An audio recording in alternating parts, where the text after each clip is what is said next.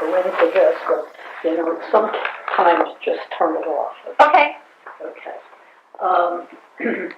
Well, this is a picture of my husband, because it's because of him that there's a Stockton College. Oh, really? Okay. And what was he instrumental in doing? Okay, that I'll tell you for the... Yeah. For that.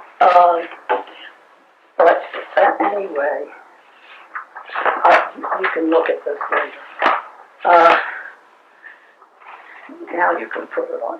Okay. Okay. My husband is editor. We owned the Vineland Times Journal. It was a daily newspaper in Vineland, New Jersey. He, at one time, was the chairman of the South Jersey Development Council or something like that. And it was around the time that they announced that they were going to have on the ballot a bond issue to create a new state college in New Jersey. And Governor Hughes was in the audience when Ben spoke in Atlantic City. I think they had a big conference and so forth. And he said that he felt that we needed two state colleges. We needed, if they want to put one up in the north, because that's where they were going to put it. He said people in the south aren't going to vote for it. They'll fail, because we need one even more than they do in the north. In the north, they have Montclair and they have Rutgers University and so forth. Down here, we do have one, which was Glassboro at the time. It's now called Rowan, right? And so he said, if you want this to pass, you've got to think about having it be the election, the ballot, on the ballot, have it with two state colleges, and then you'll surely get them. And so that's what they did. When the bill passed, after the bill passed, and a new state college was going to be coming to South Jersey, Governor Hughes called my husband and said, I'd like you to be on the first board. And Ben said, no, you got the wrong person. You call my wife. My wife's the one that should be on the board, not me. And so I got a call, not from him, but from the head of the, what do you call it? He was the Chancellor of Higher Education, Ralph Dungan, at the time. And Ralph Dungan called me and asked me if I would like to serve on this board. So we talked a little bit about it, and I said, I think I'd better tell you, just so you know, my oldest daughter's a senior in high school, and she's very active in this very left-wing student organization. So I think I'd better let you know about that. He said, really? Well, let me tell you something.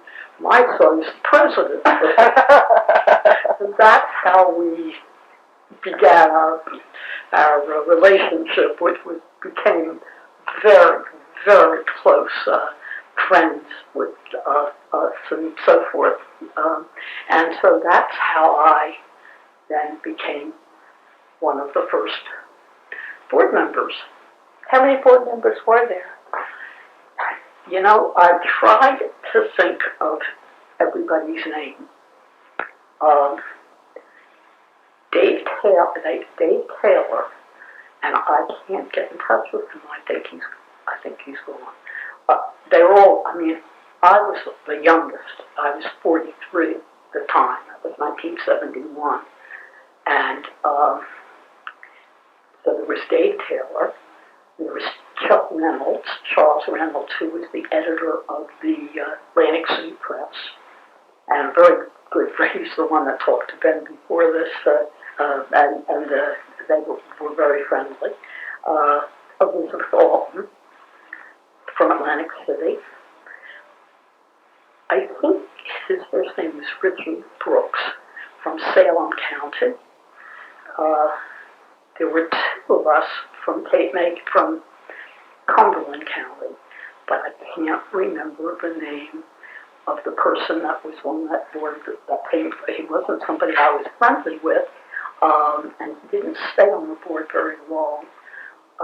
So they had, as far as I know, as far as I can remember, there were two from Cumberland County, two from Atlantic County, one from Salem County, which was David Brooks. I keep wanting to say David Brooks, which is what, he's the college, which is what makes me not be sure that I think his name is Richard Brooks.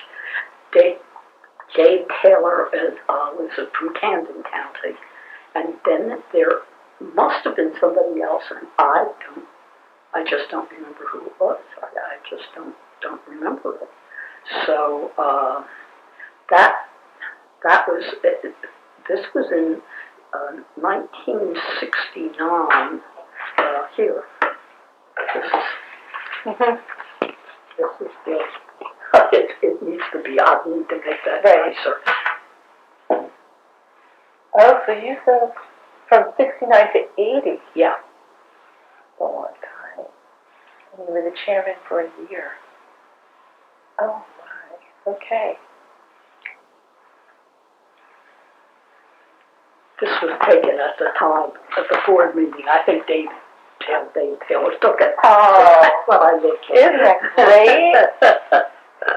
What great memories. Yeah. Oh, and Peter Mitchell was the president when in 1981. That's funny. You signed the citation. Yeah, and I don't remember him at all. I remember him being there I remember the name from certain documents that I've looked at over time. Right. And I didn't know him. Dick Bjork was the first president. Right. And so I can remember we all came together the first time. We didn't have a name. We didn't have a president. We didn't have a faculty. We didn't have a location. All of this was something we all had to participate in making those decisions. And how did you choose to put it cite it where it is in Pomona? Well, we looked around. I think that one of this area was for sale. It was open, and it was an open area, and we looked into other places before we picked that. I think that it was near the Atlantic City Expressway. We didn't want it in Atlantic City.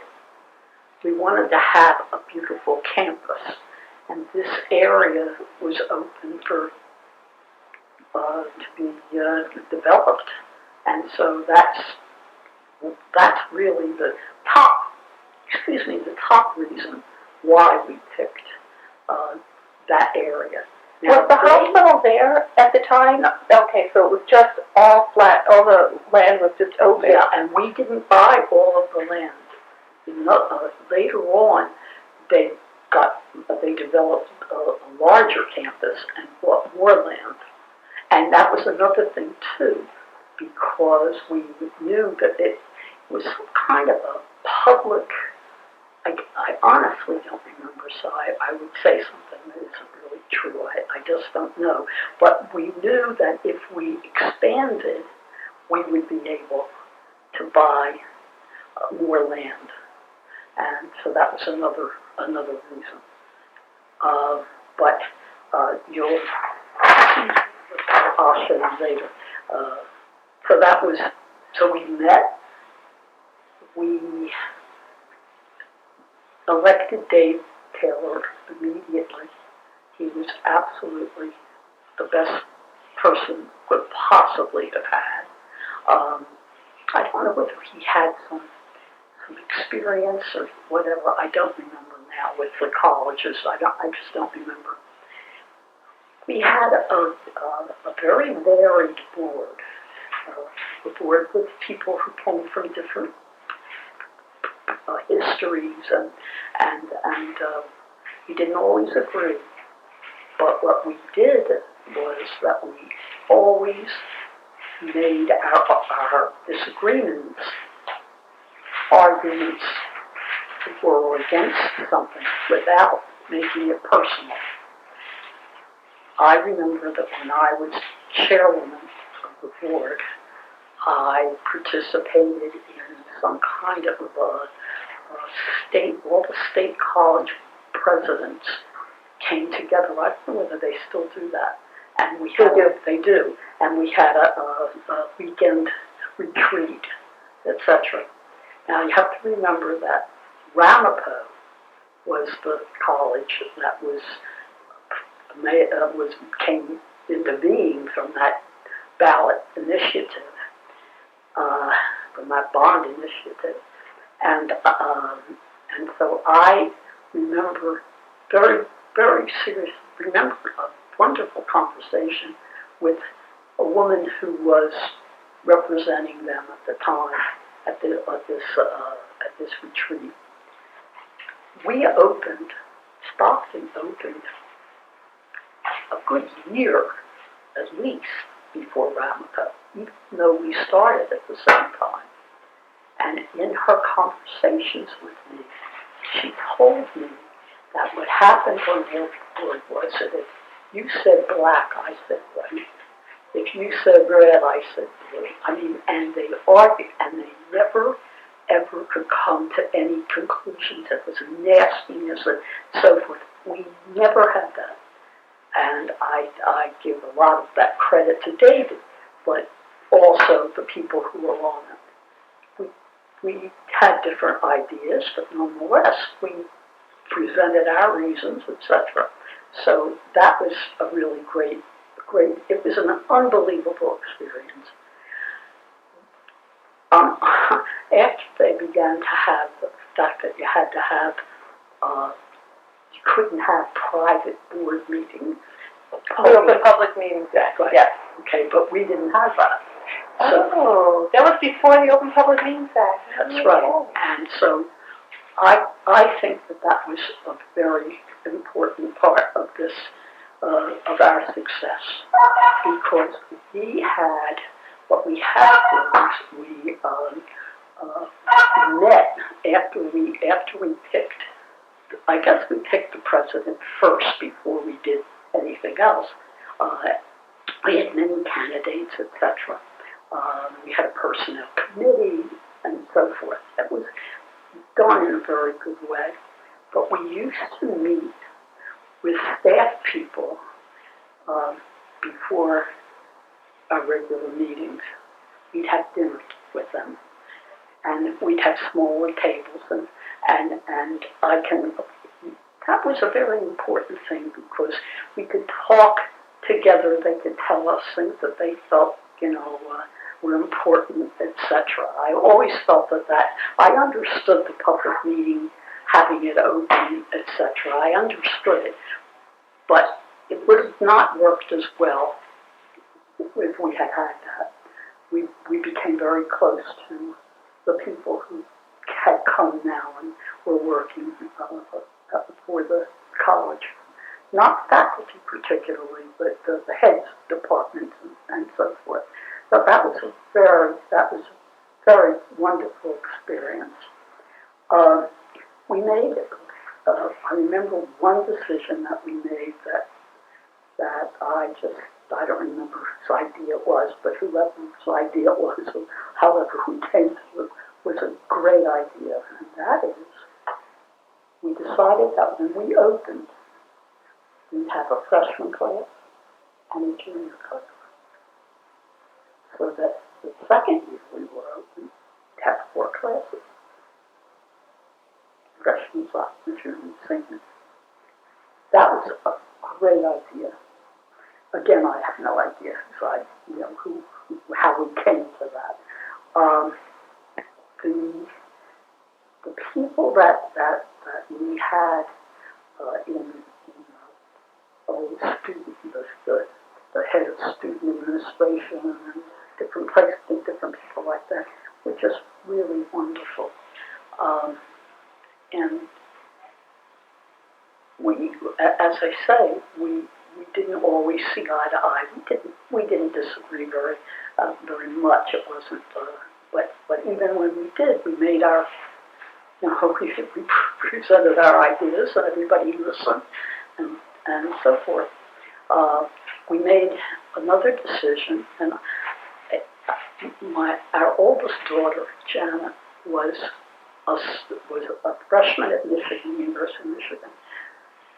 And by the time school opened, she would be going into between her sophomore and junior year. And she would be going into her junior year. I was very impressed when we went to visit Michigan that they had different kinds. They had apartments. They had dorms, but they also had alternative ways of housing the students. And I went to the University of Wisconsin, and when I went, it was the war years, and the GI. It was after the war. My high school years were war years, and after the war, the GIs were coming back, and they hadn't been developing anything on the campus. They weren't really ready for all these people, and out-of-state students could not. There wasn't enough room for them to go into dormitories, so we couldn't go into a dormitory, and there were private houses, and there were sororities and fraternity houses, etc. So I never lived in a dorm. And I remember that Janet did not like living in a dorm. And we talked about that. But would we have dorms, or would we? And I don't think there still is a dorm. I don't think. Are there dorms now? There are. I think what you're referring to is that there were apartment style housing that was put up. Yes. And then, I believe it was in 1982, there were 2 dormitories put up. Yes, now that comes back to me. But when we first started to talk about it, we talked about not having dorms. That it wasn't. We weren't going to have that big a population, etc., etc. Yes. Now I know they're right. So first there was the apartments over by the lake, on the other side of Lake Fred, and then they put up the dormitories. So now they've just put up a lot more housing. Oh yeah, I know. I unfortunately haven't been there in a long time.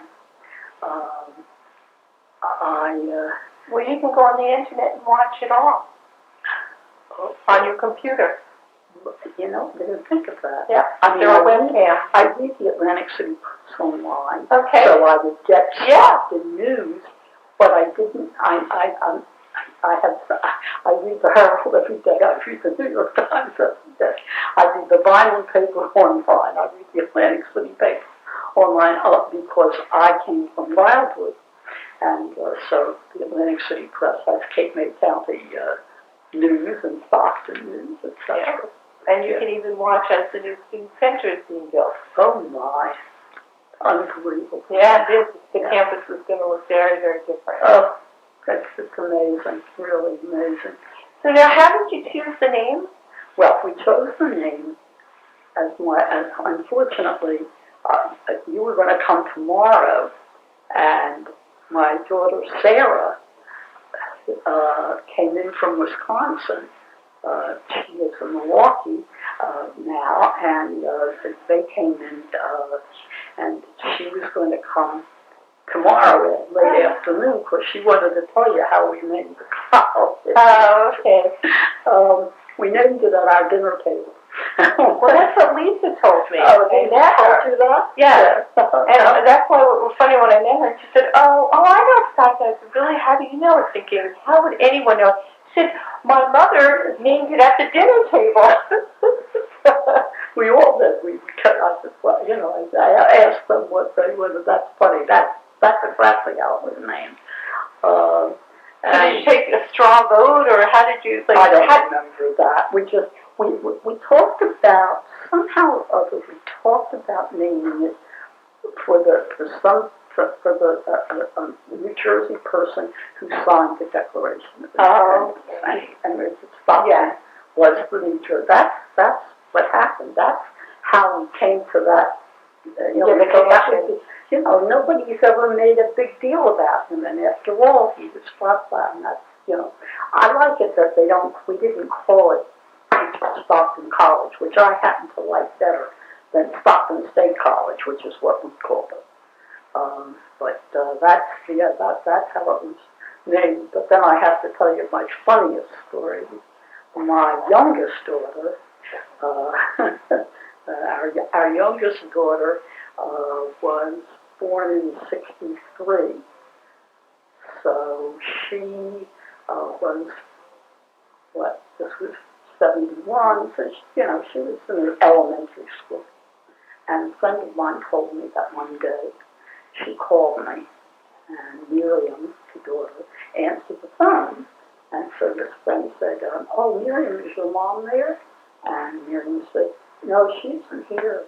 So she isn't here right now." So this friend said, "Oh, where is she?" And Miriam said, "She's out building a college." And I got to be around my circle of friends, our circle of friends. That was the big laugh. Was that I wasn't there. I was out building a college. Anyway, so it was an incredible experience. I was very involved with many organizations. Chairwoman of the Diamond Library, the hospital board, blah blah. And I never had an experience like I did. Stockton. Well, it must be amazing to go from nothing Absolutely. this Building a college. That's what we did. Yes, right. And who engaged the architect to build the building? You know what? I don't remember. Now, I would think, I was secretary before I was the chairwoman, and I gave them all of my minutes. Oh, see, I'm wondering if it was the state, the State Department of DPMC that would have built it, but I wondered if the board had any input. Oh, no question, we did it. We had made all the decisions. Oh, you did? Oh, yeah, we did that. We made all the decisions. Yes, definitely.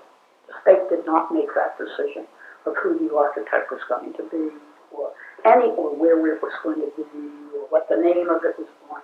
None of that. It was all our decision. That is amazing. Yeah.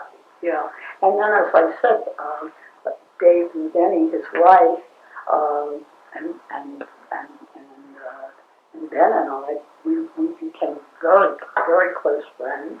And then we became close friends with Ralph Duncan and his wife. And Dave and Benny had a little summer house on the bay, and we go every summer. We go there for the weekends at the Duncans, and we go sailing together and so forth.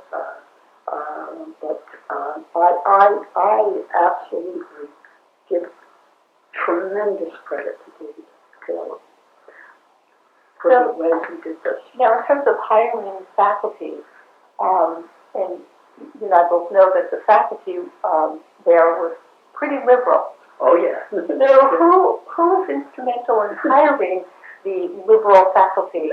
I can't tell you that. I'd like to take the credit for that. No, we didn't hire the faculty. I mean, we also knew that if we hired a president, professionals had the right to do that. We didn't interfere with things so like it was that. the president and whatever his, Okay. Yeah. We really, I mean, we were, maybe they talked to us about it at these little dinners before the board meetings, but I don't think that I would be very much against the fact that the board should be doing that. You hire somebody and you have to have the confidence that you may say, give an outline of it, but we did not hire that. So what was your fondest memory of the college? Well, you have to turn that one.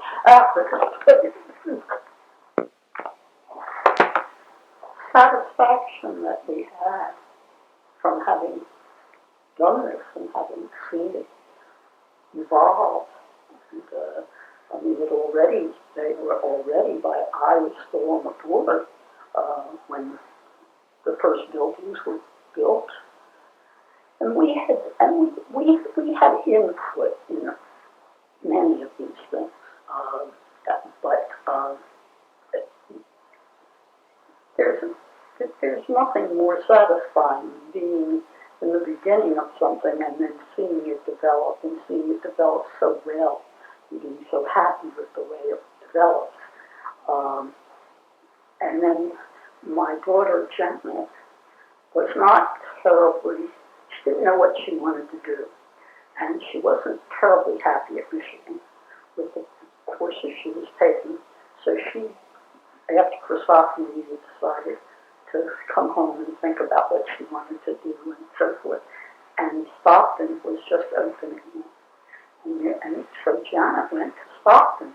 And Janet is a mezzo-soprano. My grandmother, I have a picture of her over there, was a mezzo-soprano